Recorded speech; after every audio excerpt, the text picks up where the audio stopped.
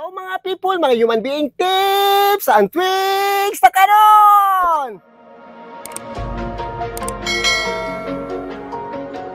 Ano sa tingin niyo sa buhok ni ma'am, di ba? Super bland, super ma'am.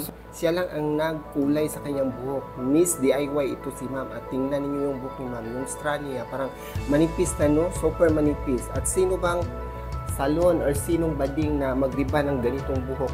Parang wala na siguro.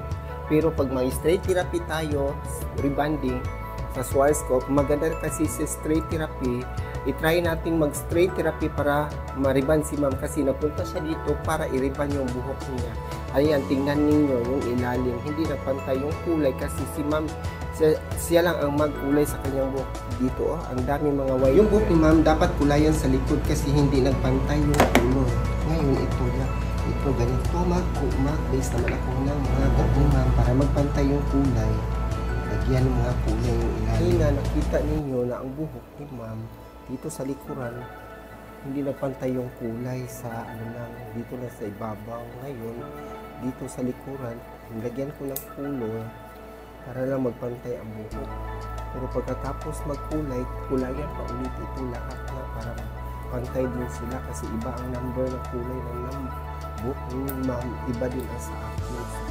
Para magpantay sila, pagkatapos na mag-neutralizer, lagyan ng kulay ang neutralizer para magpantay. In-applyan ko ng straight therapy rebonding number 1 and number 2. Dito lang banda ang inuna kong in-apply ng parang virgin ang buhok ni ma'am. Sila ang nag-DIY ng dapat una dito bago dyan lagyan ng mga rebonding. Ang buhok ni ma'am is tapos na nilagyan ko ng straight therapy na rebonding. Ayan ang buhok ni ma'am. Resulta sa hindi pa naklansa. Nakita niyo pero hindi siya nasira. Halata naman hindi nasira yan. Kulang lang sa plansa. Plansa ako ngayon pagkatapos ko dito. Super puros pero walang problema yung mga color. Sobrang color ang buhok kasi pag may kagamot na maganda, walang problema yan. Maganda kayo ang buhok. Kahit treated ang buhok, pag plansa ka, okay lang, walang problema basta marunong ka lang maggamit ng mga flat iron. Sira din yan pag hindi ka marunong gumamit ng mga flat iron. Lalo na dito, heavy duty, ang super init nito. Puros na puros ang buhok ni ma'am. So huwag masyadong idiin, yung plansa para hindi siya Tapos ako nagplansa ngayon, lagyan ko naman ng straight therapy neutralizing milk. Nalito yung neutralizing milk ko. Ihalo dito ni Essence Hair Color Ammonia Free. Pagkatapos, tapos na ako naglagay ng Essence neutralizer. Mag-neutralizer ng buhok para maganda niya yung buhok ni ma'am. Ganun ang mag-riban ng buhok. Di basta-basta riban-riban, no? Ang daming proseso, ang daming trabaho, ang daming, huwag kang huwag kang magreklamo kasi ganun talaga ang trabaho mo.